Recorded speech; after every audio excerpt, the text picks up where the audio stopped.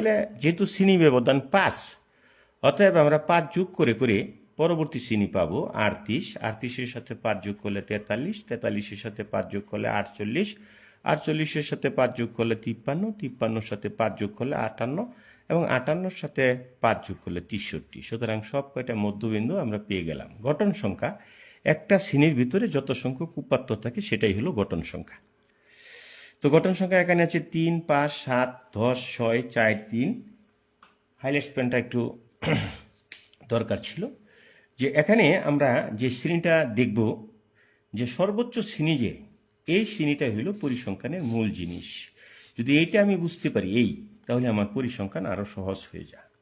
এখানে সর্বোচ্চ গঠন সংখ্যা 10, তাহলে বিচ্যুতিটা সহজে মনে রাখার জন্য সর্বোচ্চ সংখ্যা সোজাসুজি 0 হবে, তার উপরে -1, -2, -3, আর এর নিচে যেগুলো আছে সেটা +1, +2, +3 ইত্যাদি। এরপর এই দুইটা আমরা গুণ দিব, -3 3 9, 10, 7, 0, +6, প্লাস না দিলে হয় 8, +9। এখন আমরা এই প্রতীকগুলো দেখব, যে প্রতীকগুলো কোন প্রতীকগুলো কি। যেমন এইচ হলো শ্রেণী ব্যবধান, তাহলে 31 থেকে 35, 31, 32, 33, 34, 35, তাহলে শ্রেণী ব্যবধান হলো 5। আর F1 হলো সর্বোচ্চ গঠন সংখ্যা মাইনাস তার আগের গঠন সংখ্যা, অর্থাৎ 10 - 7 মানে 3। আর F2 কোনটা? F2টা হবে সর্বোচ্চ গঠন সংখ্যা মাইনাস তার পরের গঠন সংখ্যা 4। FM কোনটা? FM হলো সর্বোচ্চ শ্রেণীর গঠন সংখ্যা, অর্থাৎ 10। আর FC কোনটা? FC হলো যোজিত গঠন সংখ্যা, সর্বোচ্চ শ্রেণীর আগে যত কয়টা শ্রেণী আছে তার যোগফল। তাহলে 3 + 5 + 7, 7 5 12, 12 আর 3 15, সুতরাং FC 15।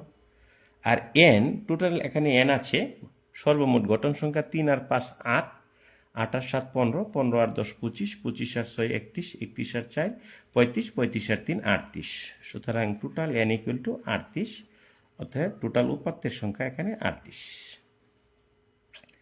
এই বিষয়টা অনেকেই ভুল করে, এ এর মানটা আর এল এর মানটার ক্ষেত্রে যায়। সাধারণ ছাত্রছাত্রী যারা, তাদের প্রায়ই এই এ এবং এল এর মানটা ভুল হয়ে যায়। মনে রাখতে হবে এ হলো সর্বোচ্চ শ্রেণীর মধ্যবিন্দু, এটা কোনো শ্রেণীর নিম্ন সীমাও না, ঊর্ধ্ব সীমাও না, শ্রেণীর মধ্যবিন্দু। তাহলে সর্বোচ্চ শ্রেণীর মধ্যবিন্দু 48।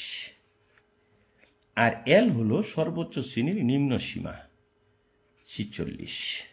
আর মধ্যমান হলো যে কোনো শ্রেণীর, যেমন 51 + 55, তাহলে 106, 106কে যদি আমরা 2 দিয়ে ভাগ দিই তাহলে 53 হবে। তাহলে মধ্যমানটা হলো নিম্ন সীমা যোগ ঊর্ধ্ব সীমা ভাগ 2। নিম্ন সীমা কোনটা? শ্রেণীটা শুরু হয়েছে যে সংখ্যাটা দিয়ে, সেটা নিম্ন সীমা। আর ঊর্ধ্ব সীমাটা হলো শ্রেণীর শেষ যে সংখ্যাটা, সেটা ঊর্ধ্ব সীমা। আর গঠন সংখ্যা হলো একটি শ্রেণীতে যতটি উপাত্ত আছে সেটাই হলো গঠন সংখ্যা। আর পরিসর হলো সর্বোচ্চ বিন্দু, যেমন এখানে সর্বোচ্চ বিন্দু 65 মাইনাস সর্বনিম্ন বিন্দু যোগ 1, এটা হলো পরিসর। আমি আবার বলছি, পরিসর হলো সর্বোচ্চ বিন্দু মাইনাস সর্বনিম্ন বিন্দু যোগ